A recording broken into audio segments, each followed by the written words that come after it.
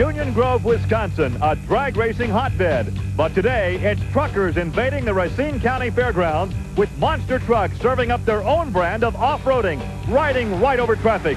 It's an all-out shootout on a sea of destruction coming up next.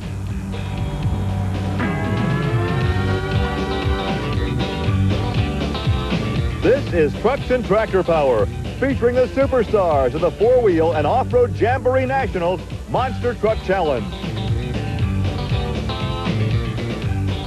Welcome to Trucks and Tractor Power on the Nashville Network.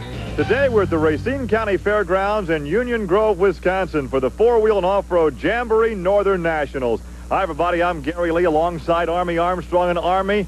Not a whole lot of competition space out there. No, I tell you, there's not a lot of space at all out there. I'm kind of worried about this track. You don't have any room at all for left-right air. You get out of a lane, you're in trouble. And the shutdown area is basically non-existent.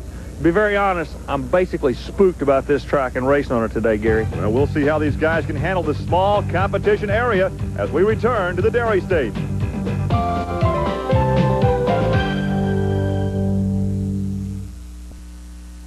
The four-wheel and off-road Jamboree Northern Nationals. We're in Union Grove, Wisconsin. A look at Andy Brasson, Bigfoot 8 out of St. Louis. He is the second fastest qualifier here this afternoon.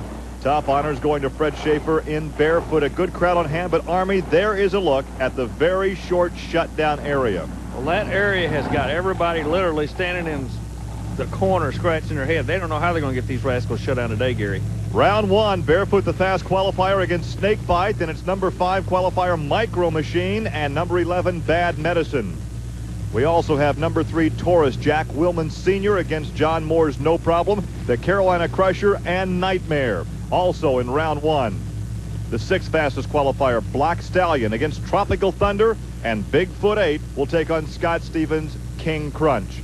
Gary, one of the big stories here is the pairing of King Crunch and the Bigfoot truck. Scott Stevens is trying to get a monkey off his back. He's been on his head a whole lot this year, so we're going to have to be watching him. But right now, all eyes on the new truck, the Snakebite. And speaking of eyes on, look what happened earlier today. This was in qualifying. He's against the clock right now, and he gets in trouble off that second jump, the second set of cars. But watch him power out. Throttle up, pulls it out. But right here, he has no room to power out. He can't use the throttle. Look what happened. That's the short area we're talking about. If he had had 20 more feet before the pole, look right in the middle of the truck. There's a big pole there. He just had to just roll with it. Speaking of rolling, this guy is on a roll. If you like Chevrolet, you got to know and love Fred Schaefer. Well, Fred Schaefer is the fast qualifier, which means he gets lane choice. These drivers do not like the lane that Snakebite is running in right now. And it's all Fred Schaefer, Army. What a clean run. Oh, here we go again. Snakebite's in trouble through the hydrant barrier, and look at that. Is anybody in the building? The story's building at the end of the track. Gary, he completely demolished it, literally ran through it. Look. Well, there's a chest freezer that he's on top, and of course the fans are on their feet right now, showing concern as the safety crew members are over there, one checking on the driver and making sure no one was inside that storage unit. Let's watch again. Let's see where he gets in trouble. Once again, a short shutdown area. Short shutdown area. The problem comes at the end of the run with the back of the truck. I want you to notice when he lands down. He'll basically what we call spring the back up. See, now he's on the nose. The back comes down. Notice the rear wheel's turning. He is just along for the ride. I wonder why they didn't hit the kill box to shut him off, though. He goes right through the hydro barriers. They basically would have done their job had the truck not been under a throttle-up condition, Gary. Well, we are being told now that there was no one in that storage area. No one injured. The driver is okay. Colt Cobra a bit stunned, we are being told. Now he climbs out, and you can see how slowly he comes out. At this point, any driver in motorsports starts to collect his thoughts. Exactly. Starts to clear the cobwebs out of the head, to assess the damage, and try to go back and reassess what happened. Well, he's coming out. First thing he did was look at the GTS fiberglass body to make sure it's okay. It's amazing. It was not torn up that much, but that truck really had an impact. That freezer must weigh about 2,000 pounds, and it just leaked right on top of it.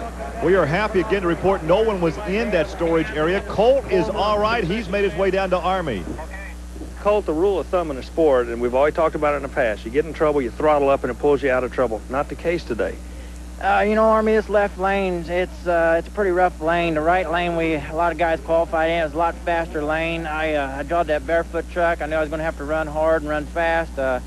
kind of threw me off to one side there, and the back end sprung up on me. I was powering out of it, and I was kind of looking for the remote control guy to be killing me, and it never came around, and next thing I know, I was sitting in the barn down there. So, you know, it's one of them freak accidents that happen. This is a pretty short track here. You got to have all your P's and Q's together when you're running out here, and, you know, these boys are making it tough on me, but I'm going to keep struggling along here, and I'm going to be back.